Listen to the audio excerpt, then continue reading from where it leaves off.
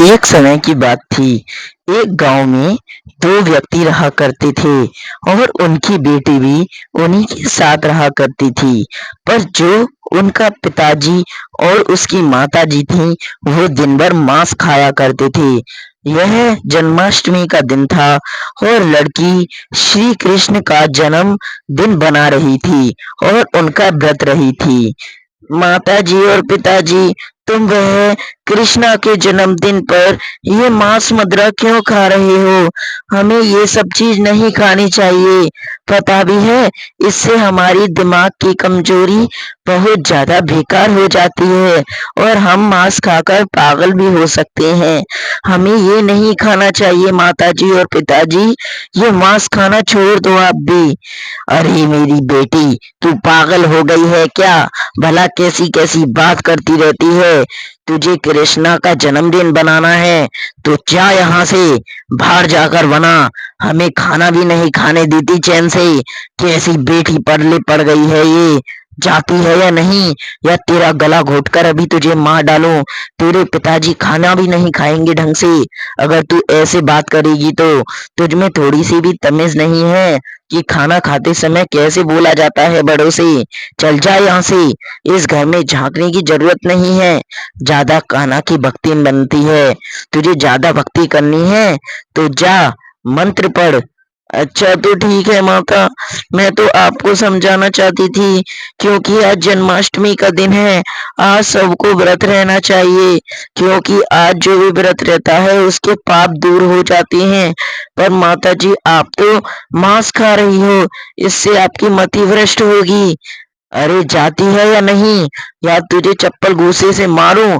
तुझ में थोड़ी सी भी तमीज नहीं है कि खाते समय वह कैसे बोला जाता है। तो ठीक है माता जी, मुझे मारो मत, मैं जा रही हूँ। अब मैं ठीक है, मैं ना कान्हा जी को पता कर ही आऊंगी तुम्हारी सारी बात। तुम लोगों को थोड़ी सी भी अकल नहीं है।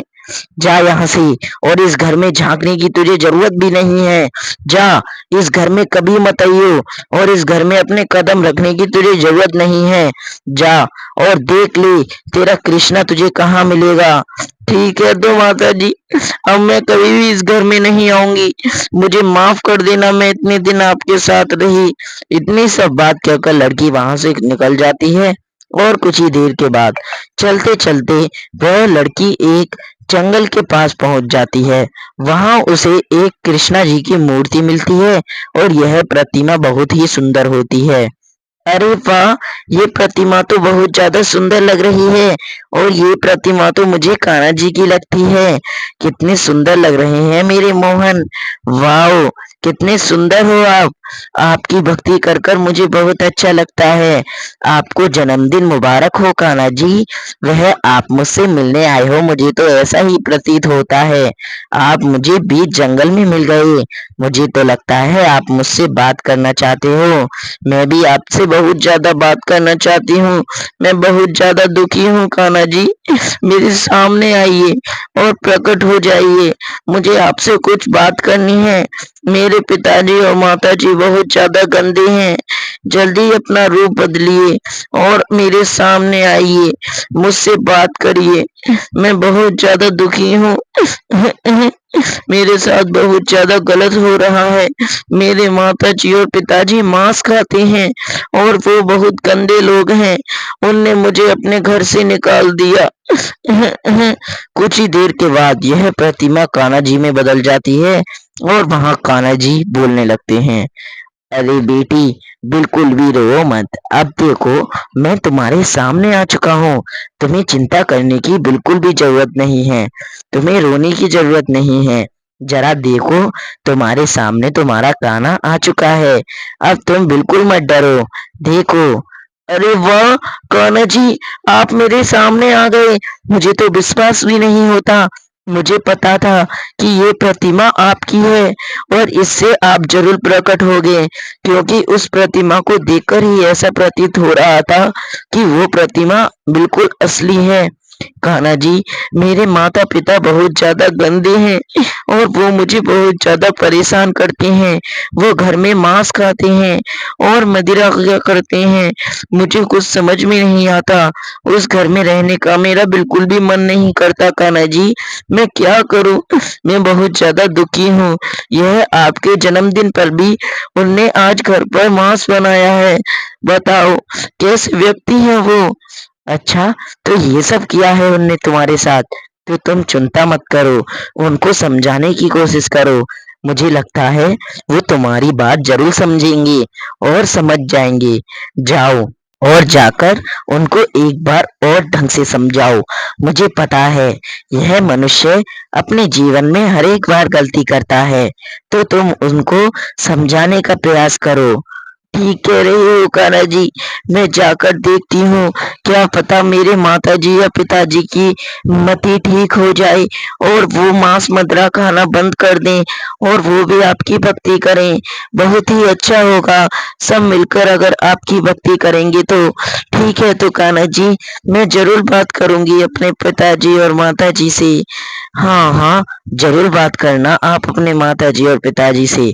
अगर कुछ भी दुविधा आती है तो मैं तुमसे मिलने जरूर आऊंगा और उनको जरूर समझा कर जाऊंगा कि मांस मदिरा का सेवन करना बिल्कुल भी ठीक नहीं है। तो अब मैं चलता हूँ और तुम भी अपने माता पिता को अच्छे से समझाना और बिल्कुल भी डरना मत उनसे। थोड़ा कर्रा जी कर उन्हें अच्छे से समझा देना।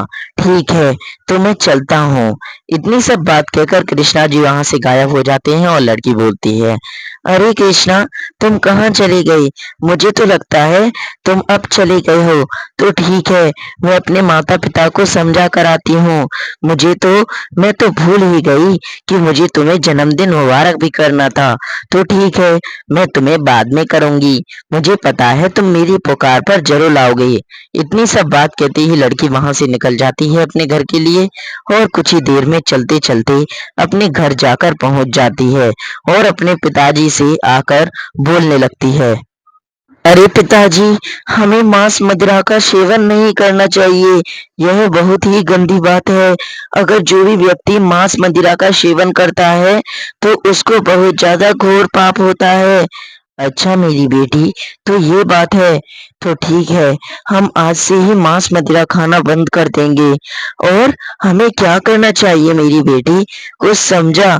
मैं बहुत ज्यादा गंदा हूँ और मैं तेरी बात नहीं समझता। तू जो भी कहती है मैं उस बात को टाल देता हूँ। तो ठीक है मेरी बेटी, आज के बाद हम कभी भी मांस नहीं खाएंगे।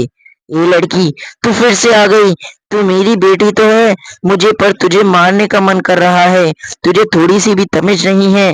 तेरे पापा खाना खा रहे हैं और यहाँ पर आकर उनके खाने में रोट लगा रही है। जा यहाँ से। जाती है या नहीं?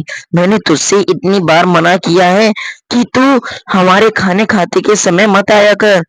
माताजी, मैं तो बस पिताजी को समझाने की कोशिश कर रही थी कि हमें मांस मदिरा का सेवन नहीं करना चाहिए। ये हमारी सेहत को बेकार करता है।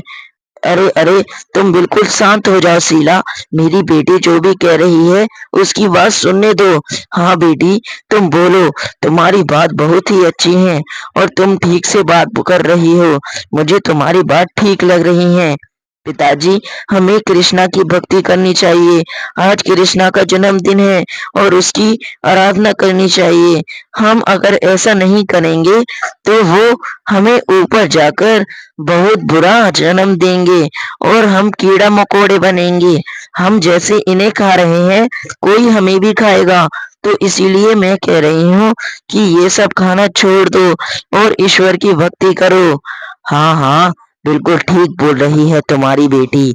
ऐसा ही करना चाहिए तुम लोगों को। तुम्हें थोड़ी सी भी शर्म नहीं है? तुम्हारी बेटी इतनी ज्यादा भक्तिन है और उसने अपने सच्चे दिल से मुझे बुला लिया। वह किसी भी भक्त में इतना दम नहीं जो कि मुझे बुला ले। अरे कृष्णा जी, हम पर बहुत बड़ी भूल हो गई। आपने तो साक्षात दर्शन दीजिए। हरे कृष्णा हरे मुरारी, हम पर बहुत ज्यादा गलती हो चुकी है। अब हम ऐसा कभी भी नहीं करेंगे। हाँ हाँ कृष्णा जी, हम पर बहुत ज्यादा भूल हो गई है। आज के बाद हम मांस मछली कुछ भी नहीं खाएंगे और हम भी आपकी भक्ति करेंगे। हम पर बहुत ज्यादा बड़ी भूल हो गई, हमें माफ कर दीजिए। अब मैं चाहता हूँ, मुझे लगता है कि तुम्हारे पिताजी और माताजी को सब कुछ ठीक हो गया है। अरे कृष्णा, मैं तो तुम्हारा जन्मदिन विश करना भूल ही गई। Happy birthday. चलो ठीक है कृष्णा, अब हम दोनों बाद में मिलते हैं। लड़की की इतनी सब बातें थी कि कृष्णा वहां से गायब हो जाते हैं और वह उसके माता पिता सब कुछ छोड़ छाड़ कर कृष्णा की आराधना करते हैं और वह अपनी जन्माष्टमी बहुत अच्छे से बनाते हैं।